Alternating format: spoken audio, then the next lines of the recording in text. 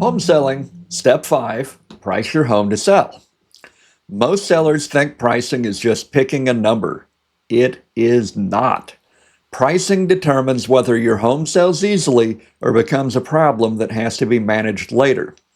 The price you choose controls who shows up, how buyers behave, whether the appraisal supports the deal, and how much leverage you keep once you're under contract. The list price matters, but the outcome is determined after the home goes live by demand, time on market, inspections, and the appraisal. That's why this step comes where it does. You shouldn't be talking about numbers until you've decided whether selling makes sense, have a rough idea of what you're likely to walk away with, prepared your home properly, and chosen how you want to be represented. Pricing is where all of those decisions collide. Get it right, and everything else becomes easier. Get it wrong, and even a strong market won't save you.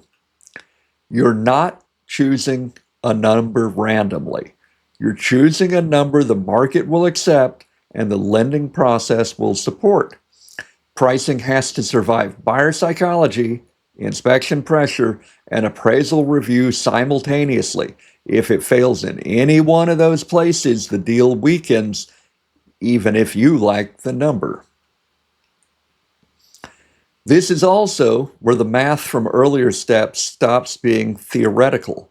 The list price affects commissions, closing costs, buyer expectations, inspection leverage, and the money you actually receive at the end. If your numbers only work at one precise price, and only if nothing goes wrong, you need to take that as a warning. Pricing is not the place to fix a problem that was exposed earlier. In Texas, sellers also need to understand a structural limitation. Texas is a non-disclosure state. Most people cannot reliably see what homes actually sold for. Public sites show asking prices and estimates. County records often don't reflect real sale prices unless they are voluntarily reported. Asking and pending prices are not outcomes. Appraisal supported value is often narrower than either. That's why a real comparative market analysis matters. A CMA is not an appraisal. It's a market model built from closed sales, pending contracts, active competition, rejected listings, and time on market behavior. It answers a practical question. What price motivates the right buyers to act, and does it hold up through funding? Starting high and adjusting later usually backfires.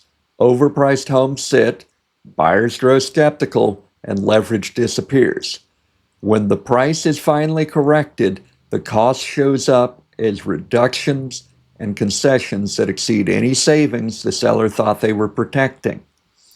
Overpricing happens because incentives exist. Many agents will accept a listing they know is overpriced. If they don't, someone else will. Listings generate calls and future business. No transaction means no one gets paid. That doesn't make agents dishonest, but it does mean sellers need to protect themselves. The agent who pushes back early and risks losing the listing is usually protecting your outcome, not their ego. Sellers also worry about being underpriced. In a normal market, underpricing rarely means leaving money on the table. It usually creates more showings, more offers, stronger terms, less inspection pressure, and a faster path to closing. Overpricing does not create upside, it creates delay. Another hard truth needs to be stated plainly. What you owe on your home or what you need from it has no effect on what the market's going to pay. Those numbers matter, but they belong earlier in the process. Pricing has to reflect what buyers can qualify for and what appraisers will support. If the numbers only work at a price the market won't accept, the conclusion is not to push higher. It means your timing is wrong. Time on market is not neutral. The longer a home sits, the more aggressive buyers become. Negotiations get harder, inspection demands increase, price cuts tend to arrive after the strongest buyers have already moved on.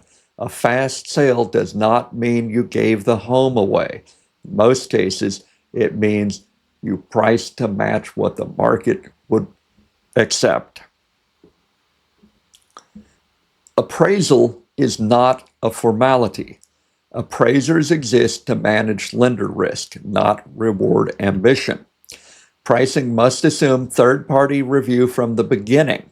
If the appraisal comes in low, the only fixes are price reductions, buyer cash, or renegotiation, and all of them cost time and leverage. That's why documentation matters.